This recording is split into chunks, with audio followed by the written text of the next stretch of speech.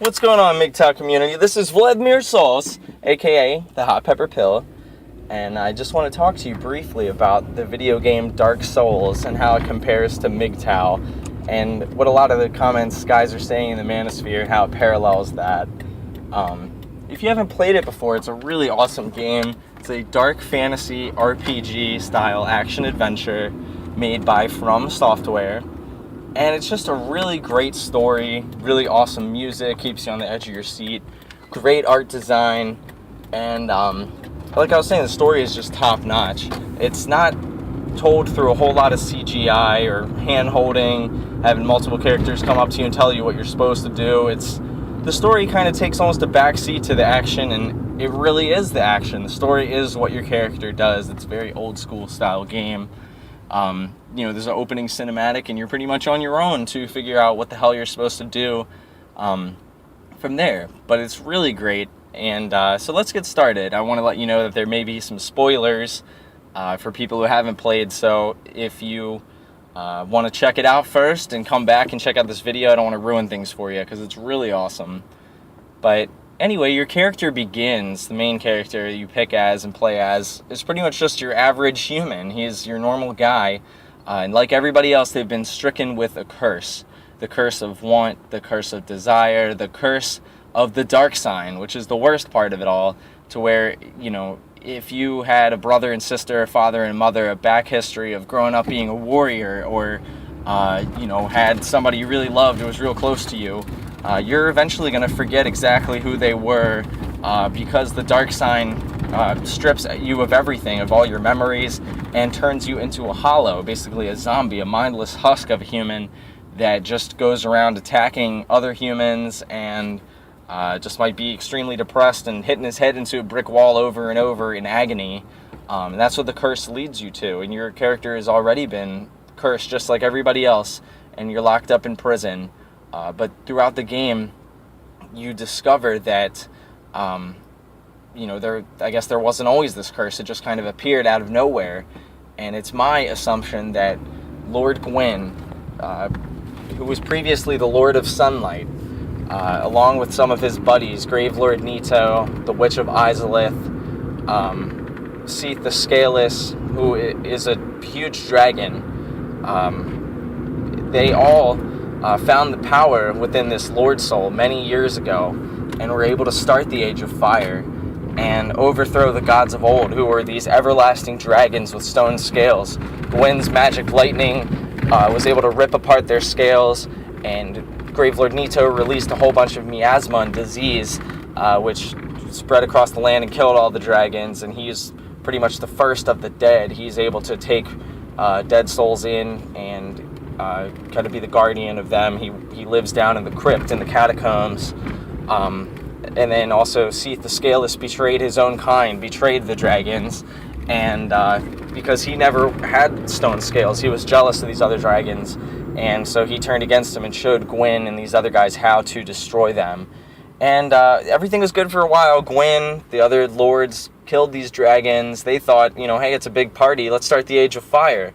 Towers, castles, form of government, all things started coming into place all around the Age of Fire, centered around the fact that these guys put fire into existence and brought forth a new age for themselves and had almost unrelenting power like these dragons did.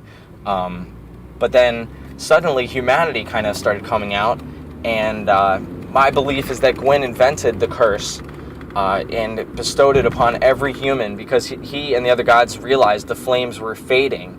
Their reign was coming to an end, and darkness would one day eventually cast over everything. Even the brightest flame cast the biggest shadow, and they knew this was coming, and so they cursed all of humanity so it could keep their fire running.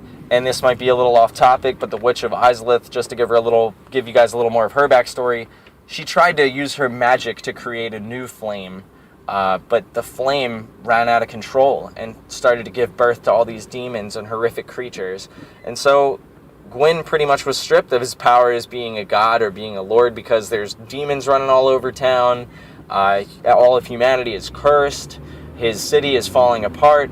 And so he creates a giant facade in his land of Anor Londo, that his daughter still, she presides there, she watches over it, and come to find out, she isn't even real. She's a mirage. Once you come to meet her, if you shoot her with an arrow, the whole illusion of Anne Orlando fades, and it bathes the whole city, which is a city of sunlight, in twilight, endless darkness, and different monsters start to come out and fight you.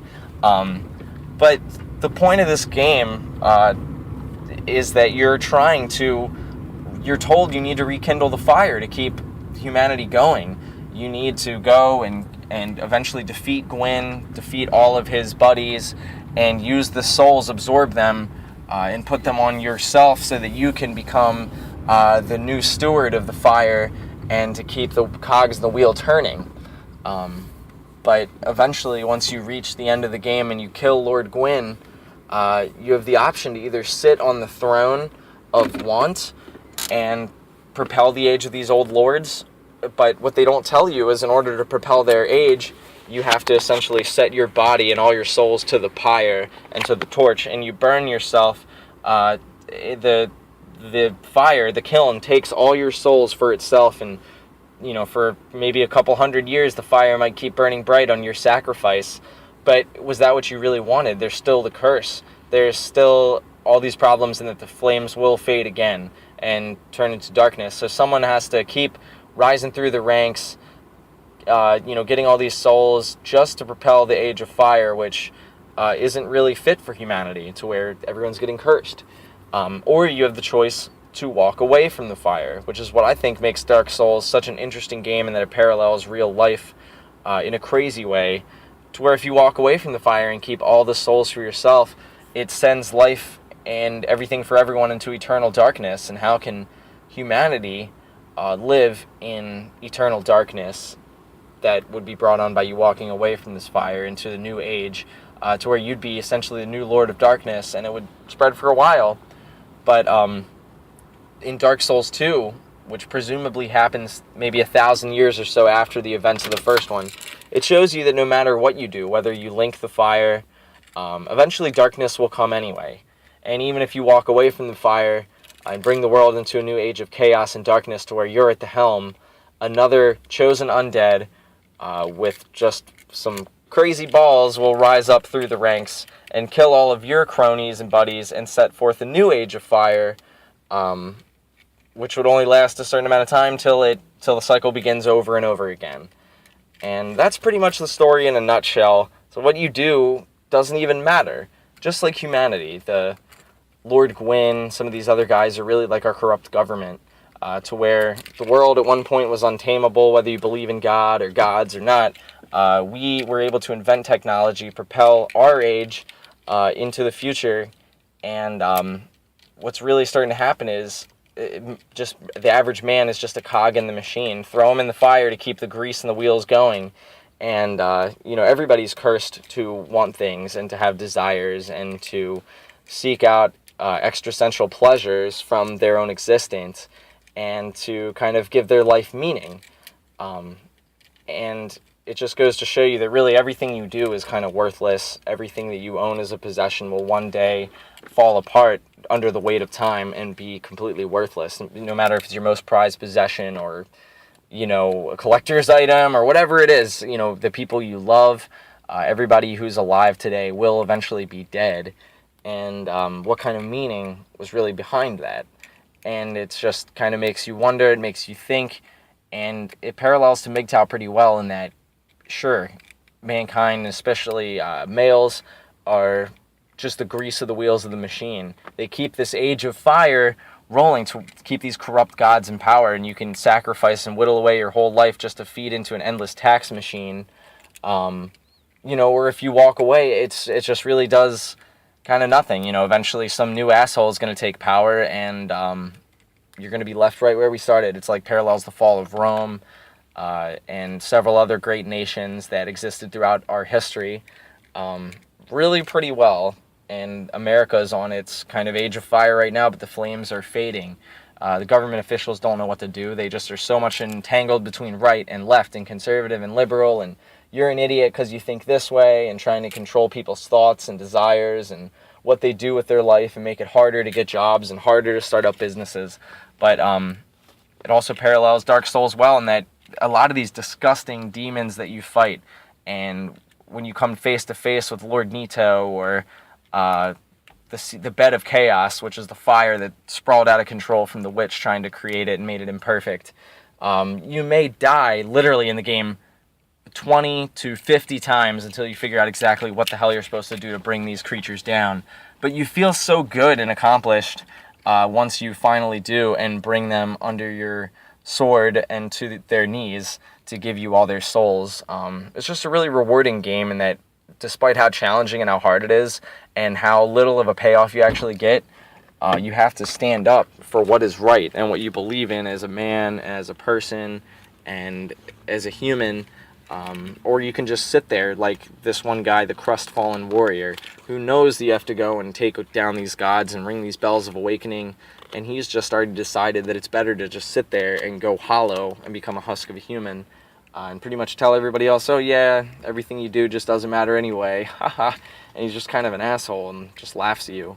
And in Dark Souls 2, there's another guy just like this, Salden, to where he just kind of sits up on a tower where it tells you how many deaths have occurred throughout the worldwide game. It's a huge number because, like I told you, you will die a lot playing this game. It's very challenging, but it's also very rewarding. And if I could be like the Chosen Undead in real life, and every time something kicked me down, was holding me back, if I just became that much more powerful and more determined to stand up and stare down these adversaries and spit on them if I have to, and scream and fight with all that I had, just to keep my semblance of self and what's true to me and what I believe in, then I think it's worth it, even if you end up being dead in the end, and life really has no meaning aside from what you make it. So you can either be like the undead and be chosen to fight and get up and beat down these adversaries that you'd think would be impossible or take you so many times in the game to actually defeat,